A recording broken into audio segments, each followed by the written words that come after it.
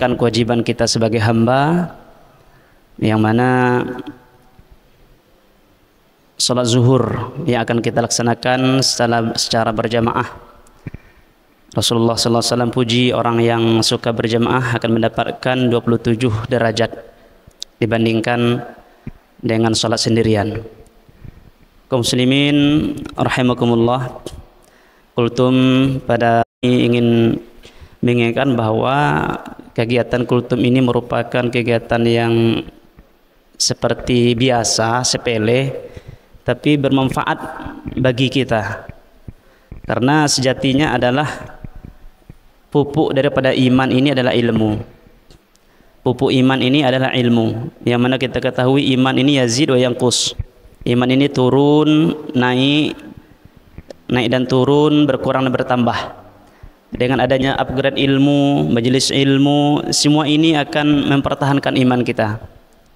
Kaum muslimin rahimakumullah, pada kesempatan ini kami ingin menyampaikan, mengulang kembali hadis Rasulullah sallallahu alaihi wasallam yang berbunyi, man asbaha minkum aminan fi sirbih mu'afan fi jasadih indahu qutu yaumih faka'annama hizat lahu dunya.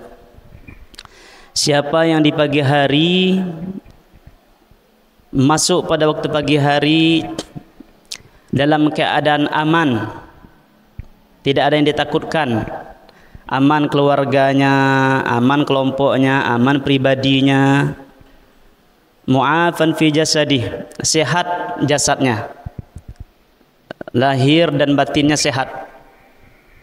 Dan pada hari itu indahu qutu yaumih, pada hari itu ada yang hendak dimakan, ada makanan pokok untuk makan pagi, zuhur dan malam.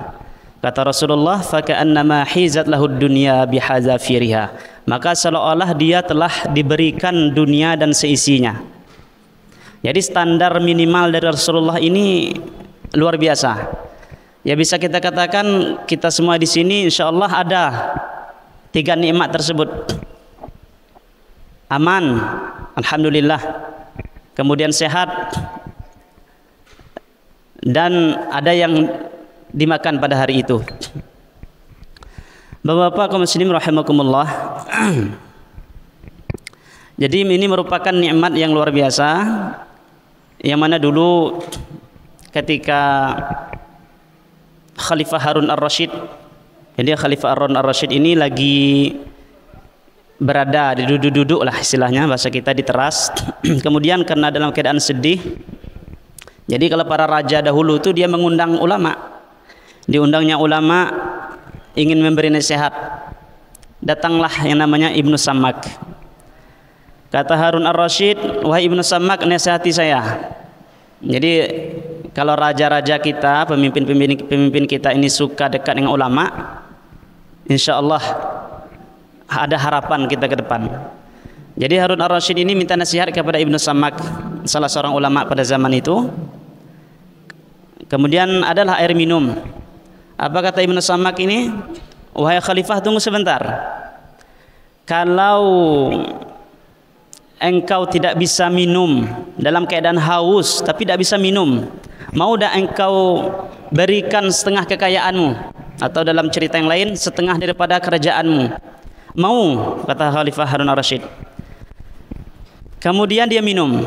Wahai khalifah, kalau setelah engkau minum ini air tersebut tidak bisa keluar, mau tidak engkau bayar dengan setengah kerajaanmu atau setengah kekayaanmu? Mau. Maka kata Ibnu Sammak, kalau begitu harga kerajaanmu itu adalah seteguk air. Tapi kadang kita lupa dengan hal semacam itu. Ya, nikmat-nikmat keseharian ini kadang kita lupa. Makan, minum, tidur, matahari terbit, bisa berbicara. Kadang-kadang kita lupa. Maka dalam bahasa Arab itu ada istilahnya kasratul masas tumitul hasas. Kebanyakan kita merasa biasa makan, biasa minum, biasa melihat, itu kita tidak merasakan lagi kalau itu adalah sebuah nikmat yang luar biasa. Bapak Ibu rahimakumullah. Jadi ada dua buah nikmat kata Rasulullah yang berpesan kepada kita, yang dua nikmat itu banyak dilalaikan. Kata Rasulullah, "Inni ni'matani maghbunun fihi ma katsirun minan nas." Ada dua nikmat yang sering manusia ini lalai, terlupakan, menganggap hal itu yang biasa, yaitu nikmat sehat dan nikmat lapang. Nikmat sehat dan nikmat lapang. Makanya Rasulullah SAW itu kadang-kadang dia berdoa dari terhindar dari berlindung dari penyakit. Allahumma inni a'udzubika minal baras. Ya Allah, saya berlindung kepadamu dari penyakit baras, penyakit belang, wa minal wal juzam wal junun wasiyil asqam. Dan juga Rasulullah juga berdoa, Allahumma inni a'udzubika minal jubni. Ya Allah, saya berlindung darimu dari penyakit, dari pengecut, sikap pengecut.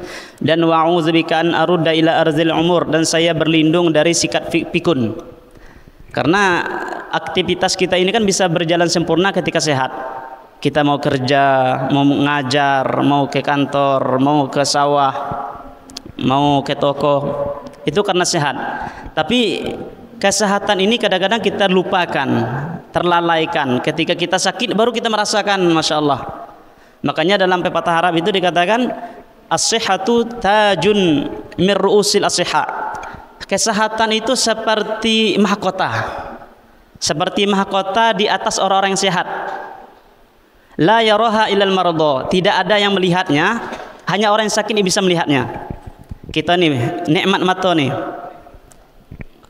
ketika kita sakit 5 jam baru kita terasa, lah bertahun-tahun kita sehat, kita tidak merasa itu adalah nikmat yang luar biasa.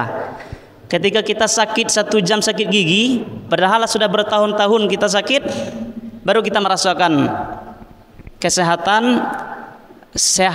Gigi yang sehat itu merupakan nikmat yang luar biasa. Oleh karena itu, salah seorang komentar dari syarah hadis namanya Ibn Abattal katanya, maka tidak sempurna waktu lenggang itu kecuali dengan kesehatan. Maka siapa yang ketika dia sehat, ketika dia ada waktu luang untuk beribadah, untuk taat, tapi dia tidak menggunakannya, maka dia maghbun. Maghbun itu tertipu. Maka dialah orang yang tertipu sebenarnya. Maka kaum muslimin rahimakumullah, melalui kultum ini kami mengajak kita manfaatkan nikmat sehat dan nikmat waktu yang luang ini. Dan seorang sahabat bernama Ibnu Mas'ud mengatakan, inni la amqutu, saya sungguh benar-benar benci, saya sungguh benar-benar marah, an ara rajulan fariqo, ketika saya melihat seorang laki-laki yang nganggur, tidak ada kerjanya, la fi amalid dunya wala fil akhirah, tidak ada kerja di dunia, perkara dunia yang menghasilkan keuntungan dunia, maupun tidak juga pekerjaan akhirat. Maka saya orang yang sangat benci dengan orang demikian itu, kata Ibnu Mas'ud.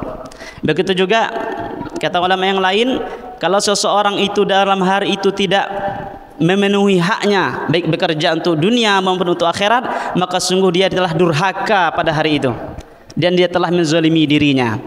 Oleh karena itu kaum muslimin rahimakumullah, pada kesempatan yang baik ini kami mengajak saya pribadi, kesehatan yang Allah berikan ini dan waktu luang sebelum datang waktu sibuk, sebelum datang waktu kita tidak bisa lagi mengucapkan banyak pujian-pujian kepada Allah, berzikir, salat dan berbuat kebaikan yang lain, kita manfaatkanlah waktu ini untuk ketaatan kepada Allah Subhanahu wa taala.